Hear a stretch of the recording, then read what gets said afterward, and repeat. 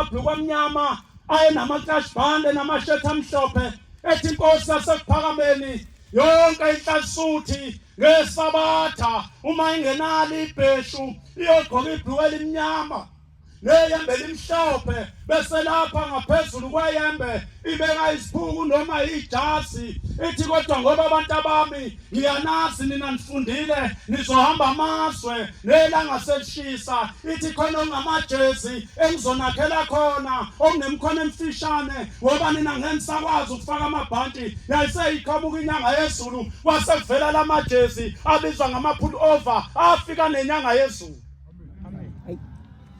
Ezayithi ngomahlombe esikhathini esiphambilini ethi madoda ngicela ukubuza ukuba yini ebalulekile amakhwe enu nomuzi kaShembe na athi amadoda umuzi kaShembe ithi inkosi yamaNazaretha niyazi bantu abami ukuba ngibuzelana nombuzo athi amadoda chabo athi ngisho ngoba uma niye emakhwenenu nigqoka amabhanti nihloniphe ningene niwafakile kodwa manize lapha emzini kaNkulunkulu nifika nihamba ngamahlombe. Wena mawe emzini kaShembe uhamba ugqoke kanjani?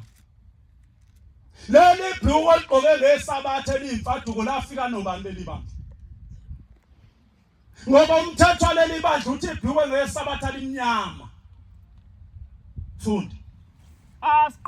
Asiqondane ukuze sivuselelane thanda lokwenza okulungileyo singayeki ukuhlangana njengabanye kepha asiyalale kakhulu ukubona usuku lusondela uma ngabe sona ngabomu sesilazi iqiniso awusekho ukunikela ngezono kepha kuhlalela ulahla okukhulu kwesabekayo yebo ulakwevuseyo luzoqeda abaphilayo owadela umthetho kaMose wafa engenakhawukela uzohawukela ubani wena?